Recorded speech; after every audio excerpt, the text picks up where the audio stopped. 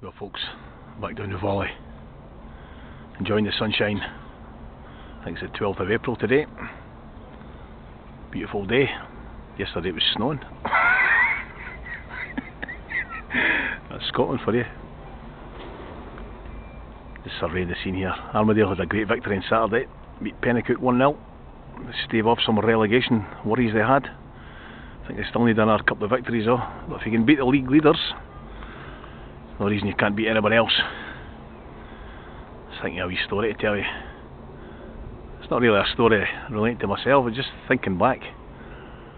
Way back in the day when Armadale were actually in the Scottish League.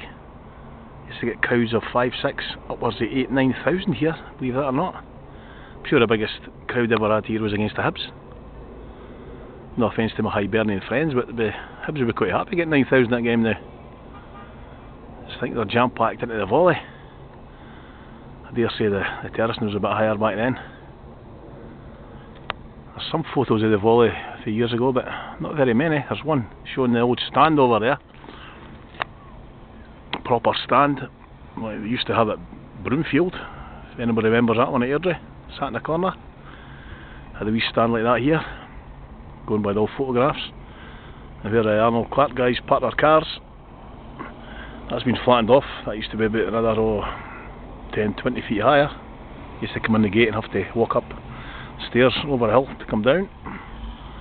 So you can see how an extra few thousand got crammed in. Of course there's been a few break-ins, as they call them. I don't mean the Neds breaking in, I mean break-ins. Fans on the pitch, stooshies, battles. There's an infamous one, seemingly. It was in a book I read actually. John Fairgrieve, Great Heart supporter, used to work with the Sunday Mail. He wrote a book, all different footballing stories. One of them related to a junior cup tie. In fact, he didn't actually mention the ground, but by all accounts, this was the ground where the referee, after having a pretty poor display, was taken out in a in the football strip hamper for safety reasons. The baying crowd were standing on the Volley waiting on him coming out. Unbeknownst to them, he was already out, carted out.